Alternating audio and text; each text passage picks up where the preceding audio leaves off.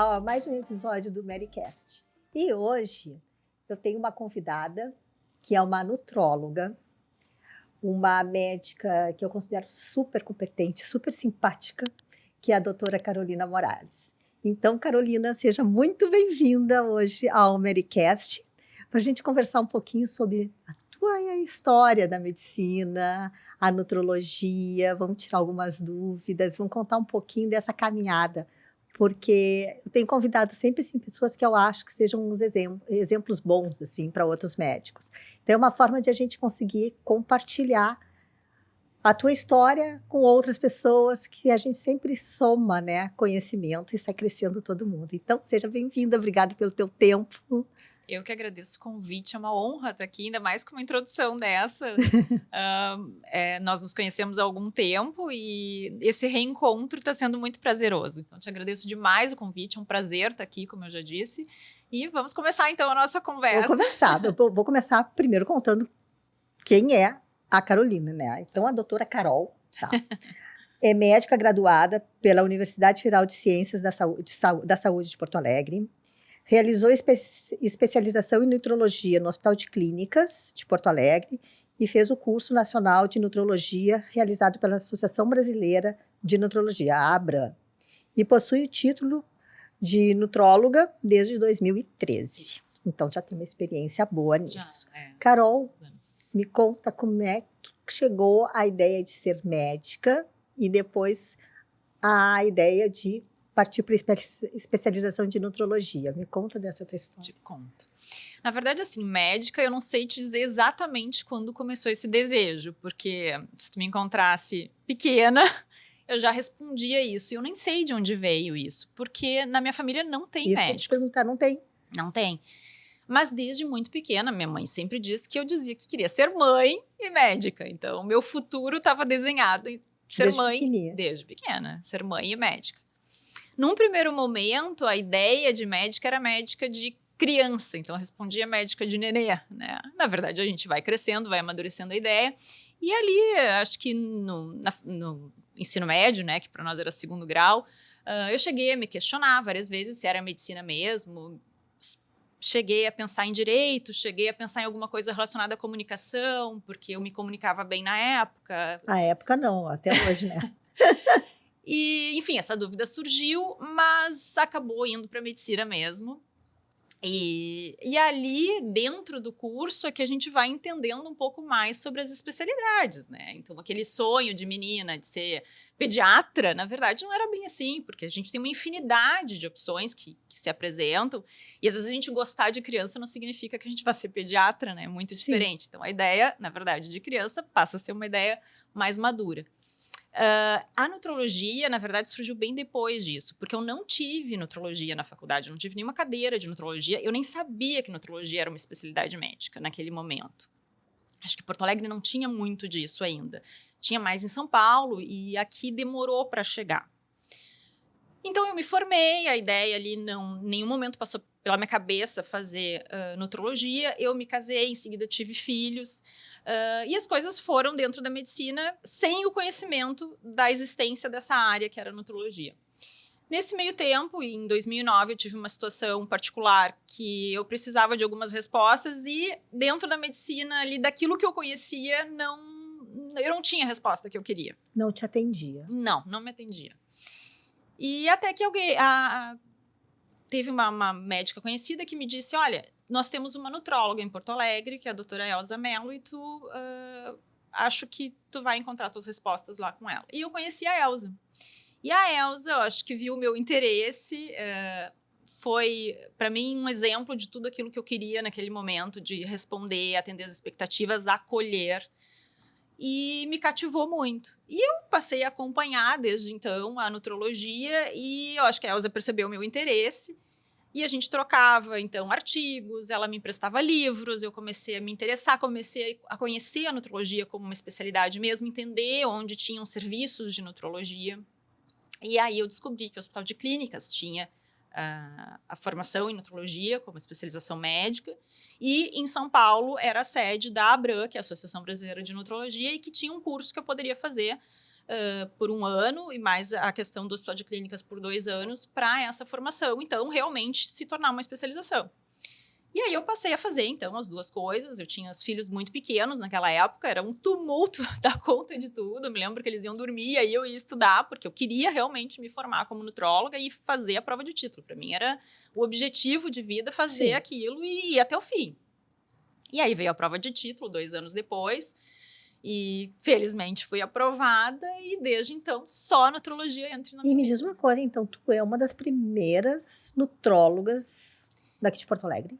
Não digo que uma das primeiras, porque tem uma geração de Porque nutrólogos. são muitas, Isso, né? é que acontece que não são muitos, né? Então, nós tínhamos no Hospital de Clínicas, nós tínhamos no Ernesto Dornelles, até hoje tem um serviço, e nesse meio tempo aí que eu estava me especializando, outros nutrólogos vinham surgindo em Porto Alegre, mas realmente não são muitos, até hoje não são muitos. E qual é, e uma coisa que assim, ó, que para o público leigo muitas vezes pergunta, né?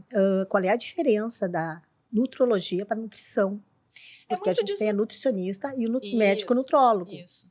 Muito disso do que eu falei, a formação, né, é diferente. São especialidades, na verdade, são graduações que são diferentes, mas que se complementam, né? Então, assim, o nutricionista fez faculdade de nutrição, o nutrólogo fez faculdade de medicina, e dentro da medicina e das patologias estudadas, a sua relação com os nutrientes, né? Então, assim, são faculdades diferentes e a nutrologia é uma especialidade dentro da medicina. E me diz uma coisa, quando a gente fala assim, né, dessa parte da nutrologia, né, da nutrição, qual o perfil de paciente que mais te procura? E aonde entra a expertise de médica nisso tudo? Porque a gente tem uma infinidade de pessoas que precisam. E daí eu também quero entrar um pouco nessa questão, que é bem polêmica, né?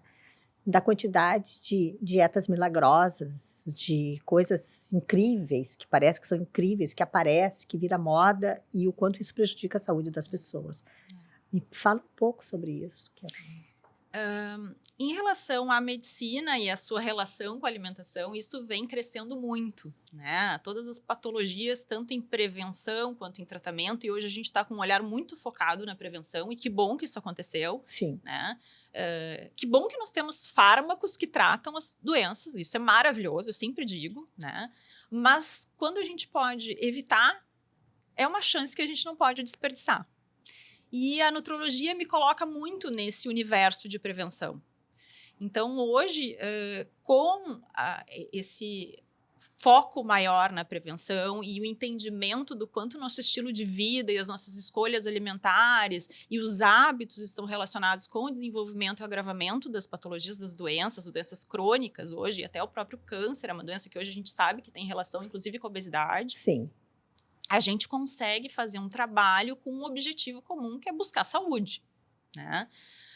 Dentro disso, hoje a gente tem desde dislipidemia, pacientes diabéticos, até pessoas que são saudáveis, mas que planejam um envelhecimento que se mantenha saudável. Isso, né? E isso é uma coisa incrível, né? Porque como a gente está com uma expectativa muito alta agora de vida... Exatamente. Se a gente não cuidar dessa... bem. Porque ficar velhinho, incapaz... Não, né? Exatamente. Daí não pode ser um objetivo de vida, né? A gente tem que envelhecer, mas com saúde. Envelhecer bem, né? Para isso, tem que pensar no agora, né? Exatamente. Nas escolhas. Exatamente. E eu vejo, até me chama atenção, porque eu não me lembro da minha geração de adolescentes, até se fazia atividade física, se fazia esporte, mas eu não vi uma preocupação como eu vejo hoje em dia. Eu atendo pacientes jovens, adultos jovens, já preocupados com essa questão de um envelhecimento saudável. Que bom. Então, né, exatamente, acho maravilhoso, é uma cultura que a gente está criando. Claro que existem preocupações que fogem esse limite entre o saudável e a preocupação exagerada, mas a maioria está ali procurando ser mais saudável. E isso eu acho encantador, não sei se porque eu gosto muito da área. Não, e eu acho muito legal, assim, ó, quando eu lembrei, assim, de te convidar para participar, me veio muito essa ideia, assim, ó, de que tu coloca o conhecimento da nutrição muito no dia a dia. Então, eu gosto muito do jeito que tu te comunica no próprio Instagram. E eu queria que também tu contasse a tua experiência, porque a Carol, ela faz o próprio Instagram dela. Então, ela aprendeu, fez curso, aprendeu a fazer e faz. E é uma coisa muito particular dela, de ela se interessar e de ela conseguir desenvolver toda uma estratégia própria que tem funcionado, né? E tu coloca muito o dia a dia, de algumas coisas que tu faz em casa, que tu prepara, que tu dá dicas. Eu já provei. E dá certo. Dá certo, tá. Então conta muito dessa tua trajetória, assim, de quando te deu o estalo de que, bom, vou começar a ser digital. Nós não somos preparados, não sei se é a geração de agora, mas nós não fomos preparados para estar... bom, Instagram nem tinha, né? Mas assim, estar no meio digital. Então, ficava para mim aquela ideia de qual era o limite entre ser médica e poder divulgar o meu trabalho. Isso, para mim, era um conflito, assim, gerava um pouco de timidez ou de vergonha, embora eu tenha facilidade de me comunicar. Mas sempre a visão de que o médico não deve estar ali. Parecia uma coisa antiética, né? Exatamente. Isso, para mim, era como se fosse um rótulo. Então, abrir o Instagram me tornava insegura. Até que nós nos conhecemos, porque eu precisava entender até qual era o meu limite ali. O que poderia parecer estar vendendo um trabalho que eu não queria e o que era correto de, como médico, estar ali apenas divulgando, né? Passando uma informação relevante. Exatamente. Né? Passar a ser... trazer informações relevantes de uma forma que seja correta. Essa era a minha preocupação. Então, aos poucos, eu nem digo que eu aprendi. Eu ainda estou aprendendo, Mas né? a gente vai estar aprendendo sempre. Pra sempre. Ainda mais que muda toda hora. Exatamente, exatamente. E aí, essa questão de deixar o Instagram nas minhas mãos é desafiador, porque nem sempre a gente tem tempo, e às vezes a gente tem semanas que a gente não consegue fazer nada, e tem outras que a gente consegue, então acaba que não tem, assim, uma periodicidade, uma rotina que eu consiga cumprir, mas dentro daquilo que eu posso, eu tento me organizar. Tu consegue. E o Instagram passa a ter a minha cara, o meu jeito de ser. E aquilo que eu faço, tanto na forma como eu me comunico, de dar a minha opinião, ou de falar a respeito de alguma coisa, ou até de cozinhar, é a forma como eu sou no dia a dia. Eu cozinho em casa. Não, isso é legal, porque o paciente também se motiva. Né? Exatamente. E essa aproximação com a cozinha é muito importante. Quando a gente fala em alimentação saudável, a gente saber pelo menos o básico faz muita diferença.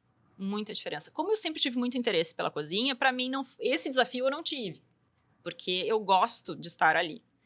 Mas eu entendo também que para aquelas pessoas que não têm contato nenhum com a cozinha, saber fazer o básico, fazer algo muito rápido, algo que não tome muito tempo, que não exija muito preparo. E que principalmente tem que ser gostoso. Tem que ser palatável. Tem que ser. Né? Não adianta a gente inventar. Não adianta inventar, bom, mistura isso com isso, são duas coisas que tu detesta, como é que tu vai conseguir comer? E aquilo que eu coloquei ali, eu já testei. Então, se eu achei gostoso, eu vou colocar. E também tem uma coisa, né? Essas mudanças, elas têm que ser sustentáveis, porque é o tempo que vai fazer a diferença. Exatamente. Na saúde da gente. Exatamente. Então, essa coisa da dieta pronta, segunda tu come só isso, só aquilo, terça tal, isso não se sustenta pro resto da vida. Talvez tu perca peso. Sim. Né? Sim. Daqui a pouco tu recupera tudo de novo ou mais, porque não é uma mudança de estilo de vida. Por isso que eu acredito tanto na individualidade, porque a gente tem universos diferentes, rotinas diferentes, pessoas diferentes, paladares diferentes. Como é que eu vou apresentar uma receita de bolo para todo mundo? Essa receita de bolo não existe. Não existe. Muitas vezes, e até tu havias me perguntado sobre o que eu atendo mais hoje. Realmente, emagrecimento é o que mais aparece. Embora tenha doença celíaca, dislipidemia, diabetes, tem outras situações, mas hoje emagrecimento é realmente o que mais aparece no consultório. Como as pessoas têm as suas particularidades, eu não posso, e nem devo, impor uma dieta. Eu preciso entender como é aquela pessoa, quais foram as tentativas dela até... Porque muitas vezes são pessoas que estão há 10, 15 anos, 20 anos, desde a adolescência tentando emagrecer. E nesse efeito sanfona. Então, elas estão cansadas. Frustradas, precisando de acolhimento, precisando ser ouvidas, né? E aí, eu simplesmente largar uma receita de bolo, dizer, ó, isso pode, isso não pode, isso pode, isso não pode. Eu não estou contemplando aquela realidade. E às vezes a pessoa tem até uma certa empolgação para sair do consultório feliz e dizer, bom, agora eu vou seguir. Vou no Sul para comprar Na só listinha, terceira, né, doutor? na terceira semana aquilo foi por água abaixo. Porque, ou porque a pessoa cansou, ou porque enjoou, ou porque teve uma dificuldade, ou porque teve uma situação na sua vida, porque a nossa vida é assim, é cíclica, que despertou mais ansiedade, e aí ela já não consegue mais seguir. Então, se eu não entender aquela realidade, aquela individualidade, e me adaptar àquilo, eu não vou estar conseguindo atingir uma mudança duradoura, que é o meu objetivo. Que é a grande vantagem de fazer a mudança de estilo de vida, né? Exatamente. Mas essa mudança leva tempo. Leva tempo e dá trabalho. É. Nada é mágico. Por isso que essas propostas que a gente vê hoje em dia, que infelizmente acabam se multiplicando muito rapidamente na internet, de ideias mirabolantes, de propostas mágicas que vai perder peso rapidamente, ou que descobriu o segredo para perder 5 centímetros de abdômen em Não, 3 é impressionante semanas. que isso aparece pra gente E dentro da isso internet. gera um engajamento muito grande, né? A gente percebe pelas curtidas, pelos seguidores, e chama atenção, porque as pessoas também, justamente por essa frustração, por essa necessidade de achar finalmente a resposta para aquilo que buscam há anos. E pelo imediatismo E também. pelo imediatismo, que eu falei semana passada até sobre isso, porque realmente aquilo que demanda tempo, disciplina, que é cíclico, porque às vezes a gente consegue desempenhar com maestria e às vezes a gente já não consegue tanto, justamente por esses momentos de ansiedade ou de desorganização da vida, e a gente tem que retomar, porque isso é emagrecimento, isso é buscar um estilo de vida saudável, é saber flutuar e saber voltar para o saudável. Pois isso eu também concordo contigo, sabe? Porque o que acontece é o seguinte, né? A pessoa tá bem direitinho na dieta, se cuidando, fazendo tudo certo. Acontece um episódio de ansiedade, a tendência É desorganizar. é desorganizar. Se tu tem uma pessoa que te acolhe, um médico que te acolhe, ele vai saber entender isso e dizer assim, bom, aqui deu errado, mas vamos voltar aos poucos para aquele patamar ali. E tu resgata essa pessoa para dar sequência. Claro. Sabe? Porque a vida, ela é assim. A vida é assim. E a gente está sujeito daqui a 5 minutos as coisas se Senão a desorganizarem. gente está falando da perfeição e ninguém é perfeito. Exato, Ai, aquela ninguém é vida que perfeito. todo mundo aparece lindo no Instagram. Isso não Eu existe. brinco muito que ninguém posta foto comendo arroz e feijão com salada Não. na mesa da cozinha. Exatamente. Sabe? Todo mundo vai postar a festa bonita ou o restaurante chiquérrimo, mas aquela mesinha na cozinha com arroz, Faz feijão, parte do dia a dia, a marmita. que é saudável, sabe? Que tem amor. Isso aí a gente está esquecendo de valorizar, né? Que é a nossa rotina. Sabe? E essa coisa assim, de feliz de quem consegue almoçar em casa e almoçar em família. Sabe? Isso tem muito isso valor. É uma coisa assim, ó. A gente entende que a rotina das pessoas muitas vezes não permite isso. Não. Mas é uma busca. Eu tenho alguns clientes médicos que estão conseguindo fazer isso. E esses dias um me disse, sabe, não tem preço eu poder almoçar em casa, nem que seja 20 minutos, comer comida de casa e não comida de rua. Claro. Sabe? E isso aí, a pessoa começa a se gratificar e a melhorar cada vez mais. Sim. Seu todo e contexto, percebe, né? O resultado. Claro. E isso estimula muito. A gente perceber a evolução é o maior estímulo. Com isso certeza. É muito importante. E esse retorno para esses hábitos de almoçar em casa ou de ter o tempo da refeição, de poder conversar, faz com que o ambiente fique melhor. E aí, quando a gente pensa até em exemplo para os filhos, esse é um grande exemplo. Claro. Né? A refeição que traz prazer e não só obrigação, ou julgamento, ou arrependimento porque comi demais, porque comi de menos. De que forma a gente está se relacionando com a comida? Isso é muito importante. E até a parte da compensação, se tu passou do limite no fim de semana, não te culpar. Mas começa a semana bem, procura fazer todos os outros dias certos. Né? Porque isso é uma coisa que funciona a longo prazo. A longo prazo, que é sempre é o nosso objetivo, é mudar um estilo de vida, não momentaneamente. A gente não emagrece para um evento. A gente não muda hábitos. Mas a gente vê muita gente procurando isso, né? Sim. Eu tenho casamento daqui 6 meses, eu quero emagrecer. Se esse for um fator motivador, cada pessoa tem a sua maior motivação para ligar e marcar a sua consulta. Então, assim, é porque eu quero brincar mais com meu filho, é porque eu quero acompanhar os meus netos, é porque eu tenho um casamento. E maravilha. Se Pode é ser uma o forma gatilho. maravilha. Se é a forma de se motivar, fantástico, que seja. Só que não pode acabar aqui.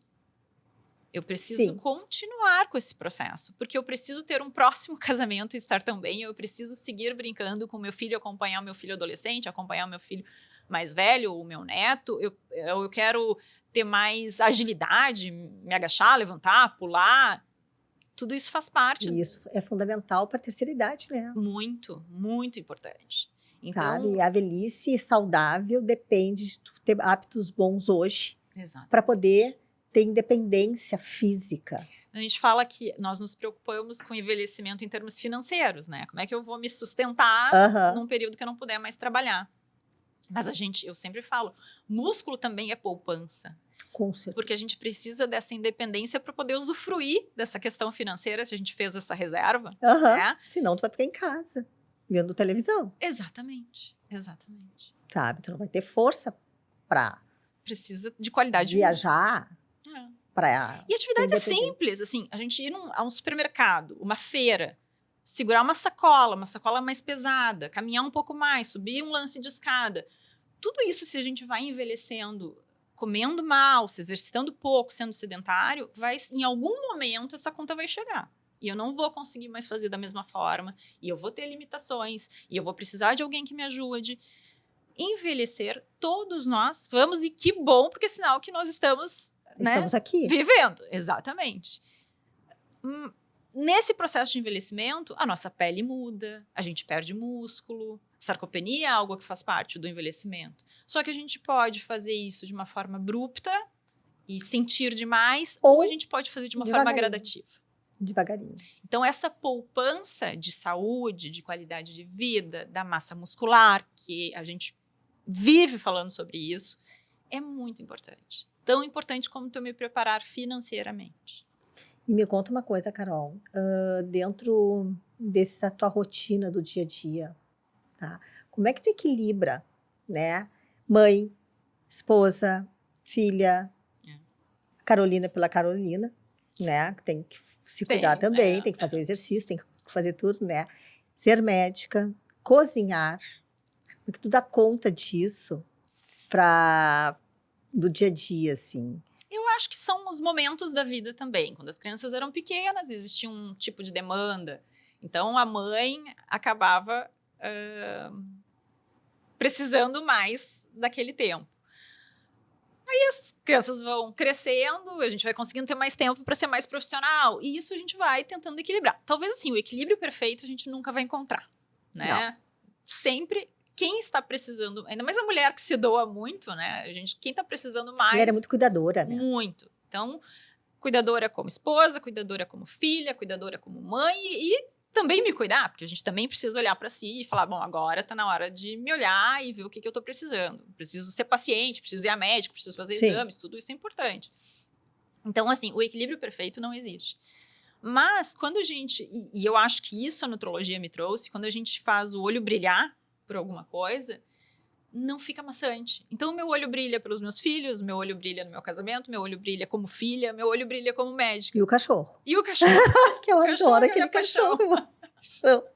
Que coisa cachorro que chegou na pandemia e eu dizendo, não quero cachorro, e hoje estou lá apaixonada por cachorro. Ele é muito lindo. Ele é muito querido, né? É um amor. Tá, voltando então assim, ó, para a medicina em si, a medicina pura, né?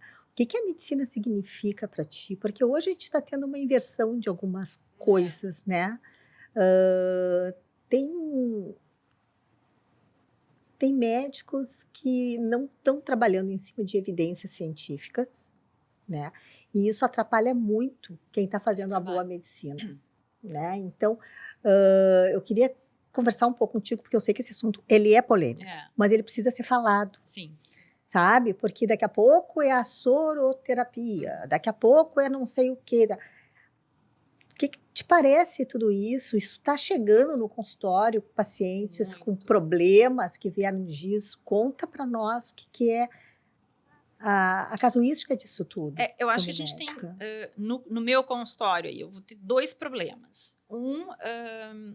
Da consequência de um tratamento mal feito, seja o tratamento indicado por um outro profissional ou até o tratamento indicado pelo YouTube, né? Porque hoje as pessoas assistem vídeos, ou no Instagram, enfim, e a partir daí vão na farmácia e mandam manipular as suas fórmulas, né? Isso é um grande problema, porque aí a gente pede exames, vê que muitos deles estão alterados, ou que alguma situação que precisava ser investigada foi postergada, que o diagnóstico foi postergado por tapar o sol com a peneira, ou porque as pessoas chegam já convencidas de que o tratamento X é maravilhoso e fica às vezes difícil a gente contrapor numa única consulta. Então, Sim, a gente porque tem tem que uma sedução abordar muito grande, né? exatamente por esse Tem uma efeito sedução sedutor. muito grande. E as pessoas estão muito carentes de encontrar respostas, né? Então, qual é o trabalho de quem está ali para oferecer algo com mais cuidado, de forma mais ética? É realmente sentar, olho no olho, apresentar aquilo que realmente é relevante, aquilo que realmente traz resultado, mostrar através dos exames que às vezes aquele não é o caminho correto. Sim, porque eles chegam decididos a quase querer te convencer Exato. de que o que eles estão fazendo é certo. Exato. Que a indústria está errada, Exato. que eu acho isso incrível, né? E é difícil, às vezes, que existe a máfia da indústria, que a indústria está errada. Os primeiros que 15 minutos, às vezes, da consulta, a gente não consegue nem abordar o assunto. Aí a gente vai mostrando devagarinho, olha, eu trabalho dessa forma, por causa disso, disso, disso. Então, realmente, assim, hoje a carência das pessoas, somada a um efeito sedutor que as redes sociais trazem por mostrarem só aquilo que se quer mostrar e não todos os lados, acaba fazendo com que, infelizmente, a gente tenha consequências que são consequências diretas na saúde, muitas vezes até graves. Não é como algo, isso é mais simples de tratar, então a gente para de suplementar aqui, repete o exame em 3 meses. Não, às vezes são consequências que a gente realmente teve algo para a saúde. Eu não trabalho, por exemplo, com reposição hormonal, nada disso, tá? Então, se eu achar que um paciente precisa, eu vou imediatamente encaminhar para o endocrinologista, tá? Mas isso é algo que a gente vê muito hoje em dia, o uso de forma indiscriminada de hormônios e muitas vezes, a maioria delas, em pacientes que não precisam. Então, esse é um grande problema hoje em dia. E que bom que as sociedades estão se manifestando e trazendo Pois isso eu estou achando assim, muito bom. Precisava que os conselhos de medicina apontassem e se mostrassem, porque estava tudo muito acanhado. Então não queriam entrar na guerra, mas precisa entrar. Precisa. Porque é informação. Exato. Porque sabe? não pode, na rede social, prevalecer a informação incorreta. Por mais que ela tenha mais apelo. E ela então, muitas vezes ela é criminosa. E quem faz a coisa de forma adequada, de forma ética, precisa perder a vergonha de aparecer. Mas eu sempre digo coisa que eu sempre digo, talvez eu já tenha dito para ti, é obrigação do bom médico. Mas aí a gente entra lá naquela nossa primeira conversa em relação à faculdade, naquela época, de novo, eu não sei como está agora, de que o médico não deve se promover. Não podia, né? Só que se não se promover, deixa espaço para toda sorte de coisas Mas eu acho que já está melhor. Sim. Já está melhor, bem melhor. Há pouco tempo atrás, se a gente encontrasse algum médico no Instagram, que a gente muitas vezes via um julgamento injusto. Sim. Porque são pessoas competentes. Mas está no Instagram, mas está no YouTube. Isso faz poucos anos que a visão começou a mudar. Então, que bom que agora a gente está encontrando... Não, e as sociedades, o Conselho Federal de Medicina, teve que se reestruturar. Somente o de São Paulo, que é um conselho que está bem atuante nisso, faz questão de 1 ano, mais ou menos. Isso. Mas eles estão colocando caso. A Sociedade Brasileira de Dermato começou a expor também os casos, no caso da dermatologia, das intercorrências que acontecem com pacientes que foram e não médicos, né? E tem uma confusão entre quem é médico e quem não é, porque também tem um limbo aí. Quem é especialista e quem não é. Então, eu sempre digo, quer saber se o médico é especialista? Entra no site do conselho, procura médicos ativos, põe o nome completo em busca para saber se tem um RQE. Se tiver, é especialista. Se não tem... E quando eu disse no início da nossa conversa que, para mim, naquele momento que eu decidi fazer nutrologia, ter o título era o objetivo, então eu tinha ali as crianças pequenas, precisava estudar de madrugada, enfim, me arrumar para dar jeito da quantidade de coisa que tinha para fazer, justamente era isso. Se eu vou atender como nutróloga, eu preciso estar preparada e ter título para isso. Essa era a minha preocupação. Mas esse é o correto, e esse né? é o correto. E as pessoas têm que se preocupar quando vão marcar uma consulta e entender se aquela especialidade realmente está, se aquele médico está realmente registrado naquela especialidade. E isso é fácil de encontrar no próprio site do conselho. Porque não é que seja ilegal. Todo médico pode atender. Claro. Porém, o conhecimento é de quem estudou mais aquilo ali. O conhecimento está cada vez mais especializado. Ninguém vai ser bom em tudo. Exatamente. E que bom!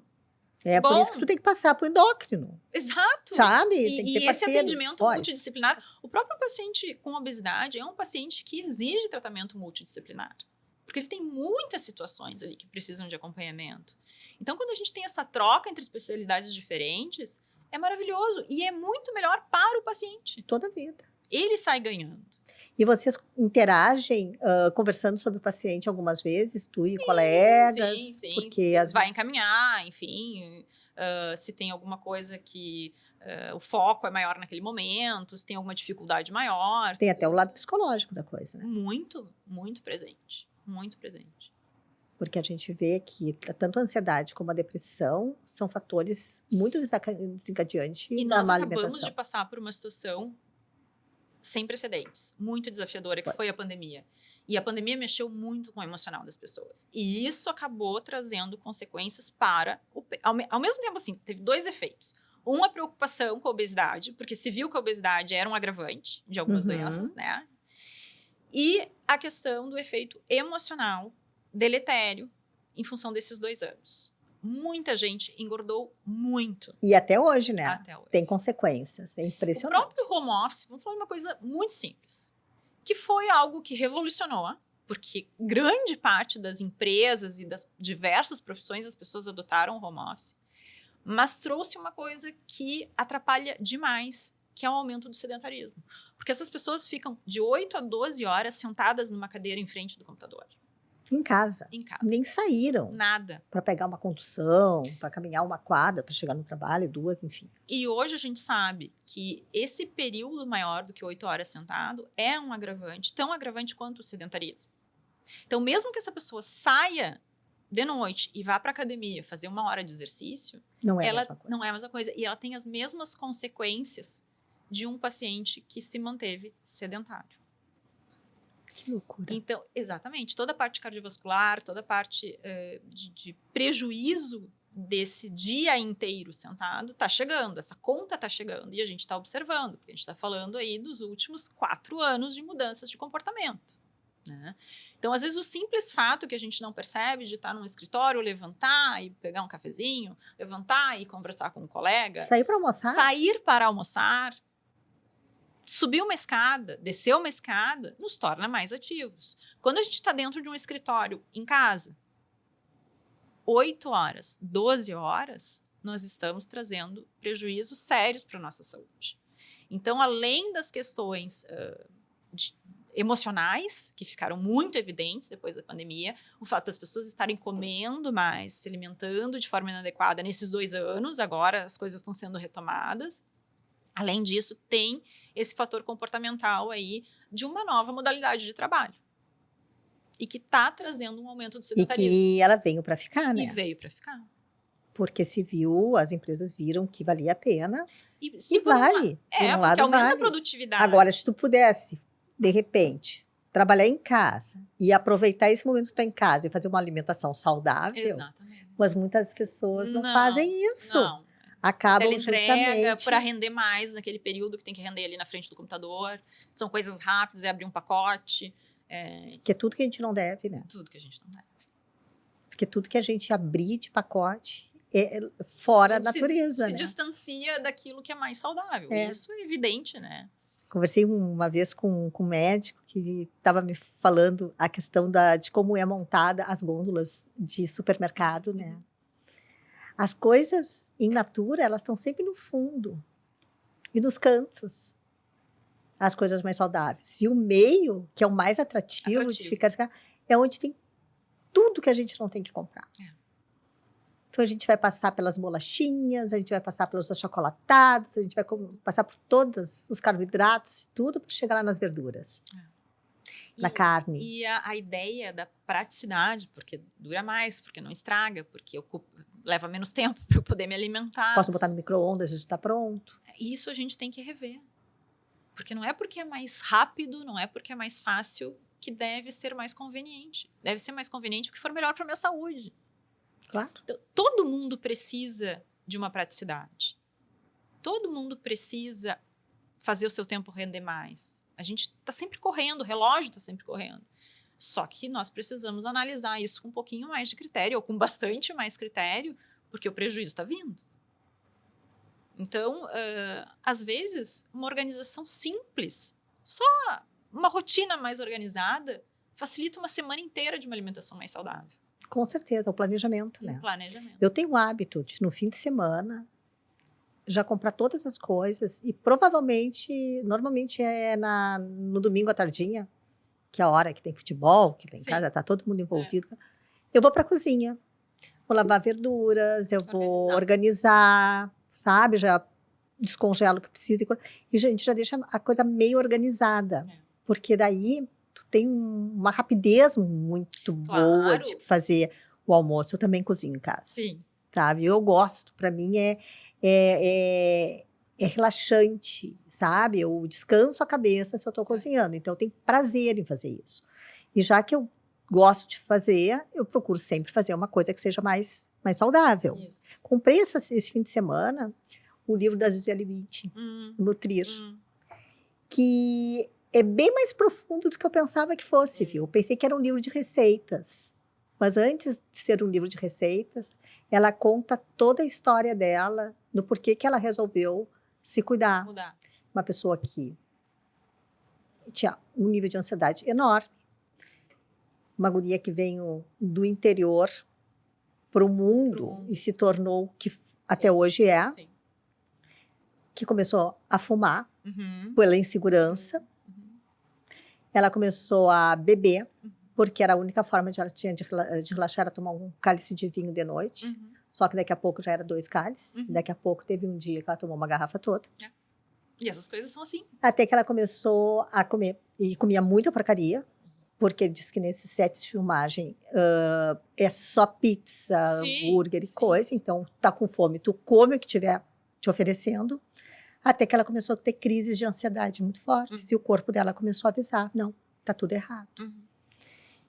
E daí ela encontrou um médico, acho que isso foi nos Estados Unidos, e esse médico disse, tu vai ter que resetar a tua vida. Passar 3 meses fazendo isso, isso, isso. Tirou uma série de coisas dela, e daí ela começou a notar o corpo dela melhorando. E a partir daí ela começou a estudar sobre alimentação e o que é alimentação saudável. Daí que ela começou a entender o que é uma verdura orgânica, porque ela disse que até então não sabia nada. A pessoa era vivia de café. Não era o universo e dela. Esse é a história de muita gente. Muita gente. Sabe? E ali ela abre realmente o coração dela, sabe? Do quanto ela sofreu, sabe? E depois que ela tentou ser vegetariana e vegana, e que daí ela tinha uma anemia que não era vencida, e que hoje ela sabe que o corpo dela precisa de um pouco de proteína animal. Tá? Então, ela come. Então, muito interessante, sabe?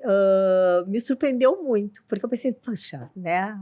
Vou comprar porque eu gosto, acho essa mulher linda, então eu vou comprar o livro. Me surpreende. É muito mais profundo. É muito mais profundo, porque a introdução é umas boas 30 páginas que conta o porquê que hoje ela cuida disso, e ela resolveu fazer um livro de receita, e ela tá receitas super fáceis, super naturais, que é possível de fazer. As boas. Sim, né? Então, assim, que eu trago com isso, assim, como é importante a gente todos os dias olhar para a saúde da gente, né? Todos os dias. E ver o que a gente podia fazer de melhor, né? Nem que seja um pouquinho de nada. E esse pensamento de assim, Mas também isso não vai fazer mais diferença. Faz diferença. Porque quando a gente está desorganizado e tenta organizar um pouquinho, a gente passa a se estimular para, no momento seguinte, organizar também. Então, assim, não pense que isso não vai adiantar. Pense que vai adiantar. Tem que pensar assim. E todos os dias a gente precisa pensar assim. Se todos os dias a gente fizer uma coisa saudável, daqui a pouco a gente vai estar querendo fazer duas. Né? E, Mary, assim, a gente escuta muitas histórias no consultório, né? E histórias mais emocionantes, enfim. E isso é uma coisa que... É uma pergunta que eu me faço muitas vezes. Quantas pessoas gostariam de ter tido a chance de fazer diferente? E não tem mais essa chance. Ai, que triste isso. Mas é triste, mas é real, né? Quando a gente tem a oportunidade de escolher diferente, a gente precisa agarrar isso. Porque é uma chance de vida. Isso significa que eu não vou ter nenhuma doença? Isso significa que a minha vida vai ser maravilhosa? Não, as surpresas acontecem. Mas eu vou estar muito mais preparada para vivenciar a adversidade. E se a gente tem essa oportunidade, a gente precisa agarrar. E a gente agarra todos os dias. As nossas escolhas são diárias. Não é um plano alimentar, não é uma dieta específica. É a forma como a gente encara diariamente aquilo que a gente tem que fazer para ficar melhor. E se a gente tiver essa chance, por que não aproveitar diariamente? Todos os dias nós precisamos acordar dispostos a fazer melhor. E fazer melhor como um presente para si, né? Para si. Porque é tão bom a gente se sentir melhor. É tão bom a gente entender que está cuidando da saúde e que ela está dando respostas. E não cuidar só da doença, né? Exatamente. É uma chance que nos é dada diariamente. Mesmo que a gente não faça 100%, e ninguém faz 100%. Não acreditem, ninguém faz 100%. Mas se a gente fizer 70%, se a gente fizer 80%... Tá ótimo. Tá maravilhoso. Tá ótimo. E se desorganizou, volta. Aprende. Por que desorganizou? Estava no meu controle? Não estava no meu controle? Eu posso fazer diferente da próxima vez? Aprende com aquilo. Agora, eu estava te escutando falar assim e me veio à cabeça assim, os próprios colegas médicos. Como tem colegas que estão cuidando da sua própria saúde pela correria do dia a dia, sabe? Por toda a demanda que tem. E como isso é importante que se deem conta de que eles são empresários de si mesmos. Se pifar o corpo, eles quebram. Exatamente. Sabe? Porque quem é profissional liberal quebra se fica doente. E a gente tem exemplos aí de profissionais esplêndidos que morreram quase sem ter nada, porque ficaram doentes um tempo, daí tu não produz. De produção. Acabou. Então, isso é fundamental ter a consciência desse cuidado. Muito e a gente importante, sabe... Tem que ter essa consciência de que é uma poupança que tu faz. A gente tem uma tendência a achar que aconteceu com o outro. Nunca chega perto da gente, mas às vezes chega. Perto ou na gente. Ou na gente. E essa reflexão, ela precisa ser trazida como uma realidade. Porque as doenças estão aí. Os diagnósticos estão aí. A chance de tratar... Que bom que cada vez mais a gente tem mais tratamentos disponíveis. Mas se a gente puder evitar chegar lá, ou chegar lá melhor... Muito melhor, né? Muito melhor. Muito melhor.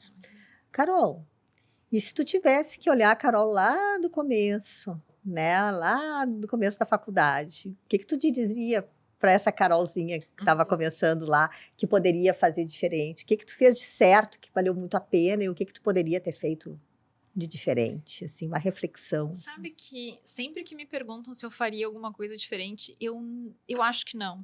Porque é a minha característica ser assim. Mesmo aquilo que não deu certo, essa sou eu. Não, as coisas que... É que tu é muito verdadeira, né, Carol? Eu tento ser. É o meu jeito de conduzir a vida. As coisas que eu dava importância desde muito cedo continuam sendo as mesmas. Então, por isso que eu não sei se eu faria algo diferente. A gente acaba trilhando caminhos de acordo com os valores e as convicções que a gente tem. E uma coisa positiva na minha caminhada de menina para mulher é que aquilo que eu acreditei como valor funciona até hoje. Então, desde os meus valores voltados para a família, que são muito importantes, e eu não abro mão de nenhum deles. Filha, família minha, o meu núcleo, e a minha família desde criança. Para mim, nada supera. Isso está sempre à frente. E eu vou continuar sendo essa pessoa. Profissão, aquilo que eu escolhi, que faz com que eu me dedique. Eu sou uma eterna aluna, eu adoro assistir uma aula, eu adoro um caderno, uma caneta, um resumo. Eu estou cozinhando, eu estou ouvindo uma aula, eu estou ouvindo um podcast, eu estou ouvindo um curso que eu me inscrevi, que eu não posso ir para São Paulo porque eu tenho a demanda aqui como mãe para atender, então eu não posso simplesmente falar semana que vem eu vou para São Paulo. Hoje em dia a gente tem isso, desde a pandemia facilitou muito. Então esse caminho trilhado, eu acho que eu não conseguiria fazer diferente. Porque essa sou eu. Esses valores, esses sonhos, esses objetivos, desde criança se formaram em mim. Então, mesmo aquilo que eu errei, eu acho que eu erraria de novo. Ai, pelas minhas características. Que coisa boa, né? Se dar conta disso, né? Acho que sim. Acho que na verdade, eu repetiria muito da minha história. Pelo meu jeito de ser. Isso não significa que foi tudo certo. Não é isso. Mas não tem tudo certo, exatamente. Né? Não existe uma vida assim. A gente erra muito. Mas são as minhas características, né? E claro que a gente amadurece, aprende. Eu era muito mais ansiosa, imediatista, queria que acontecesse.